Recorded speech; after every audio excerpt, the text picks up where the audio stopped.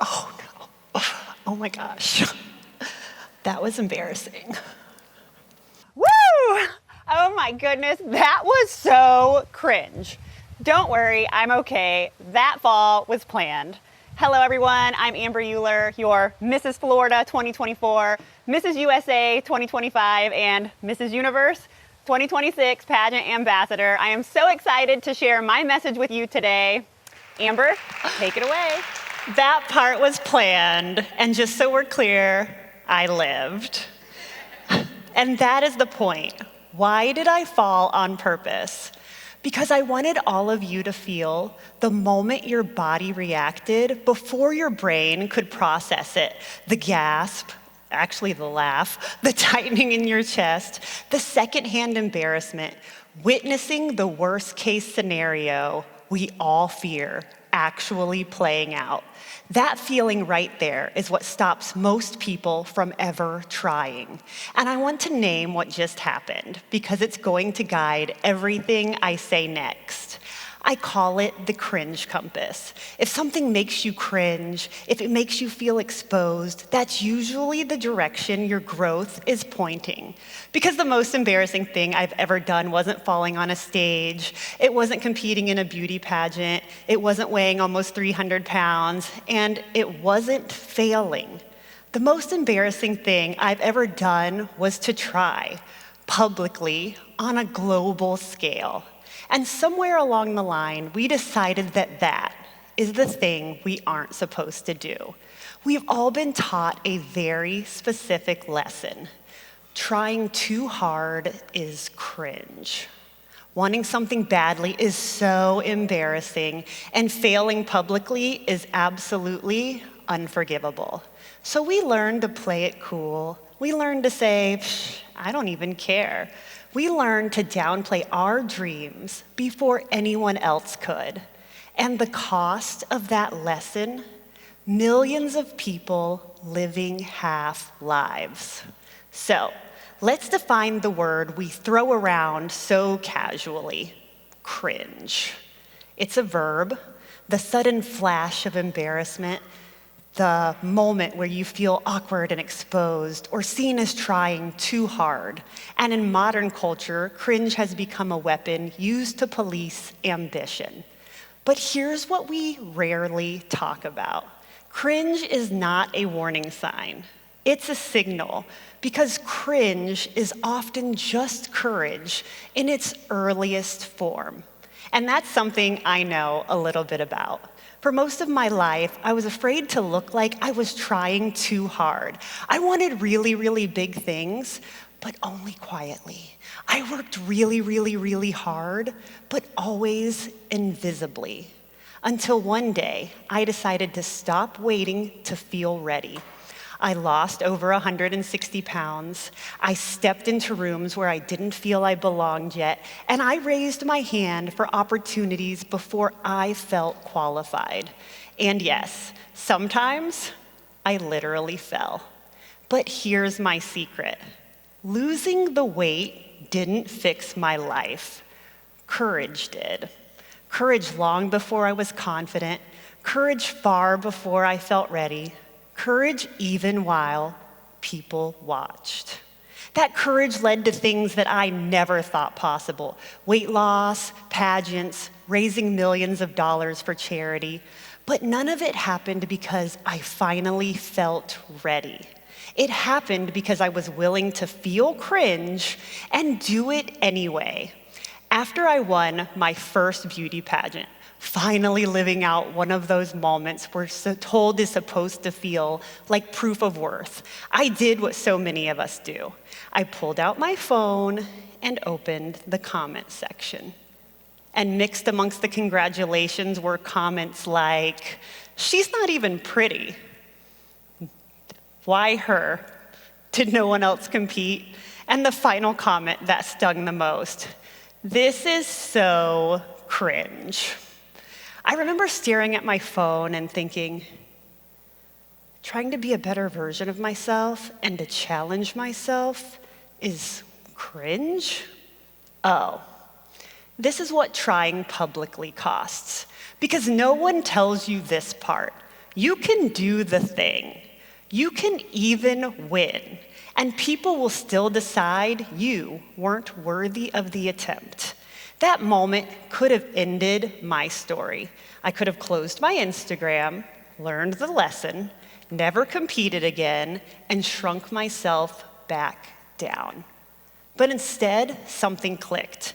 I realized those comments weren't evidence I shouldn't try. They were proof that I did try. And here's the question we all need to ask ourselves in the age of social media. Are we really going to let strangers, people we will never meet, decide what we do with our one life? Even as I was preparing for this talk, I was hit with a wave of negative comments. And this one's my favorite, it really stood out. There's gotta be a physics professor on campus that would be far more fascinating. Why would we accept criticism from someone we would never ask for advice? Because if we're honest, social media doesn't just show us content, it quietly trains us. Don't be the person that gets laughed at. Psychologists call this social pain. Studies show that embarrassment and rejection activate the same regions of the brain as physical pain.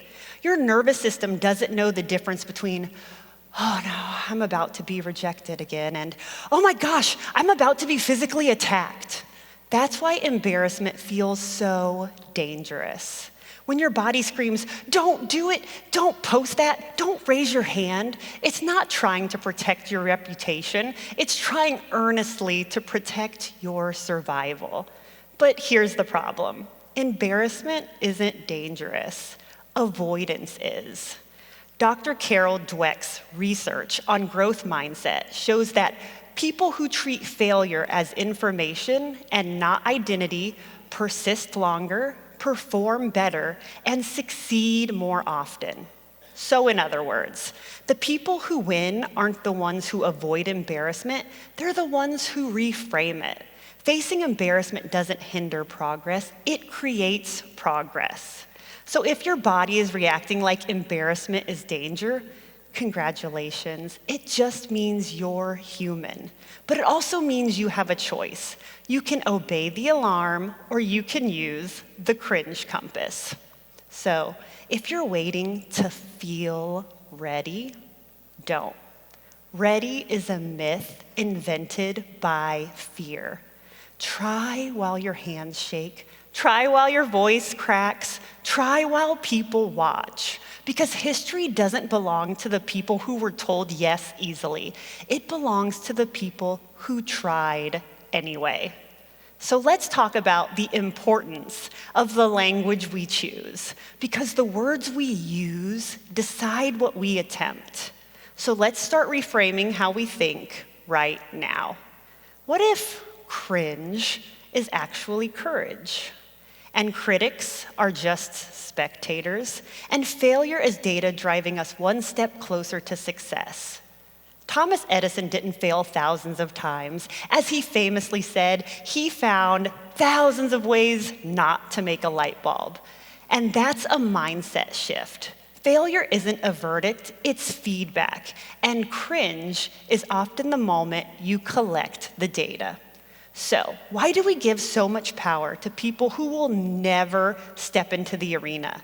They never trained, they never risked failure, they never even showed up, yet somehow feel entitled to judge you from the safety of their couch or keyboard. Here's what I've learned. A CEO won't laugh at you for starting a business. A fit person won't mock you for going to the gym. And someone who's creating won't criticize your art. Most criticism from the cheap seats isn't information, it's projection.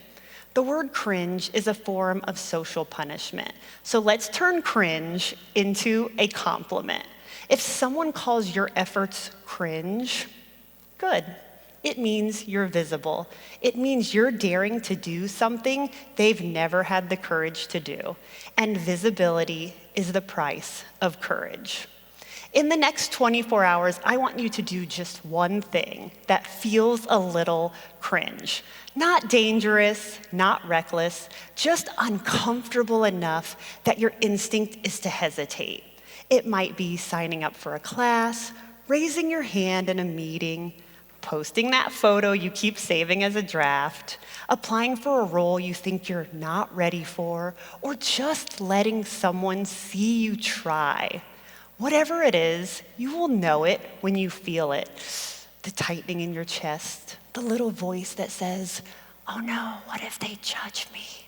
That's your moment. And here's a simple test. If you feel that hesitation and you still do it, you're building courage on purpose. And that's not cringe, that's courage. Because here's the real truth. People aren't watching you nearly as much as you think they are.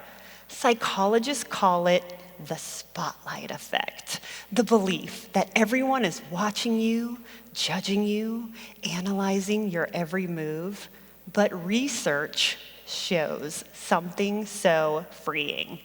People are far too busy thinking about themselves to notice you as much as you think they are. We imagine a spotlight is trained on us. In reality, everyone is just standing under their own. So that embarrassing moment you think ruined your life, most people didn't even notice. And the ones who did will forget by tomorrow. Psychologists Thomas Gilovic and Victoria Medvick found that over time, people regret inaction far more than effort. The embarrassment fades, the misstep softens, but the regret of inaction grows. It becomes the question that follows you. What if? What if? What if I had gone for it? Who might I have become? The words what and if, when separated, are two of the most basic words in the English language. But when you put them together, side by side, they can have the power to haunt you for a lifetime. What if? What if? What if I had just tried? If you forget everything I said, remember this. Cringe is not the moment you should stop. Cringe is the moment you should press forward. Try.